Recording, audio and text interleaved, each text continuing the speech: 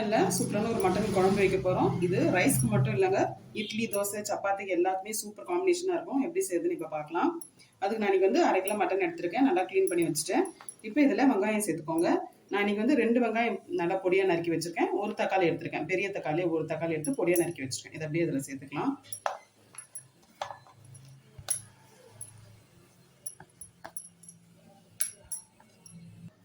இப்போ இது கூட ஒரு 1/2 ஸ்பூன் மஞ்சத்தூள், வீட்டில் அரைச்ச குழம்பு மிளகாத்தூள், இது ஒரு 4 ஸ்பூன் சேர்த்துக்கிறேன். நெக்ஸ்ட்டு காஷ்மீரி சில்லி பவுடர், கொஞ்சம் கலருக்காக, அது ஒரு 1 ஸ்பூன் சேர்த்துக்கிறேன்.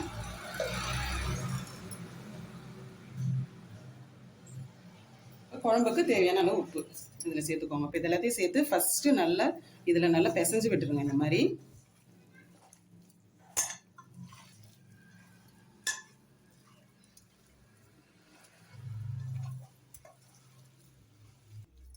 நெக்ஸ்ட்டு இதில் தண்ணி சேர்த்துக்கோங்க.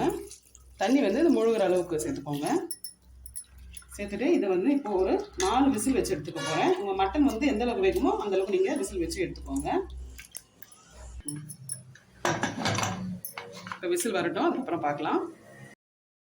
பாருங்கள், ப்ரெஷர்லாம் இறங்கிடுச்சு. இப்போ பாருங்கள், சூப்பராக நம்மளுக்கு மட்டன் இது நல்லா வெந்துருச்சு. இப்போ மறுபடியும் ஸ்டவ்வை ஆன் பண்ணிக்கலாம். இப்போ இதில் நான் இன்றைக்கி உருளைக்கிழங்கு சேர்த்துக்கிறேன். நீங்கள் முருங்கைக்காய் இருந்தால் கூட சேர்த்துக்கலாம், நல்லாயிருக்கும்.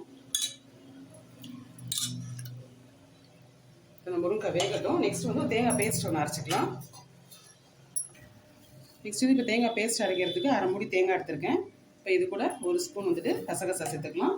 ஒரு 1/2 ஸ்பூன் சோம்பு சேர்த்துக்கலாம். இதுக்கு தண்ணி ஊற்றி பேஸ்ட்டாக அரைச்சி எடுத்துக்கலாம். இப்போ இதில் அரைச்ச தேங்காய் பேஸ்ட்டை சேர்த்துக்கலாம்.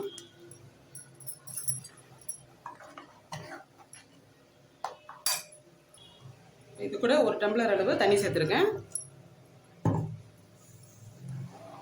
இப்போ இது கொதிக்கிட்டால் இப்போ தாளிப்பு கொடுத்துடலாம்.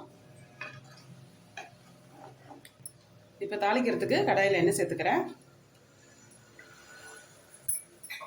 இப்போ எண்ணெய் காஞ்சதும் இதில் பார்த்தீங்கன்னா இஞ்சி, பூண்டு, சோம்பு 3த்தையும் நல்லா இடித்து வச்சுருக்கேன். இந்த மாதிரி சேர்த்திங்கன்னா நல்லா ஃப்ளேவராக வாசனையாக சூப்பராக இருக்கும்.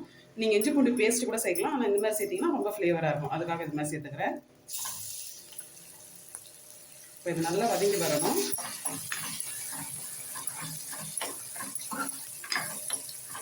இது கூட ஒரு 2 கொத்து கருவேப்பிலையும் சேர்த்துக்கலாம். சேர்த்து இப்போ நல்லா வதக்குங்க. இப்போ இந்த மாதிரி நல்லா செவக்க வறுத்துருக்கணும். இப்போ இதை சேர்த்துக்கலாம்.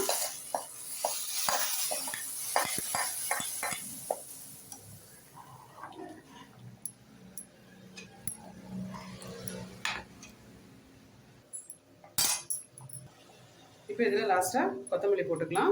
கொத்தமல்லி போட்டுட்டு இதை மூடி மறுபடியும் ஒரே ஒரு விசில் வச்சு எடுத்தால் சூப்பராக ரெடி ஆகிடும் நம்மளுக்கு. ஏன்னா உருளைக்கிழங்குலாம் போட்டுக்கோம், வெந்திருக்காது.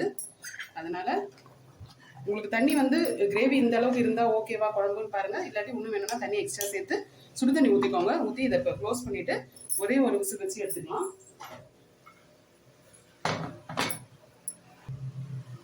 இப்போ பாருங்கள், ஒரு விசில் வச்சு எடுத்தாச்சு.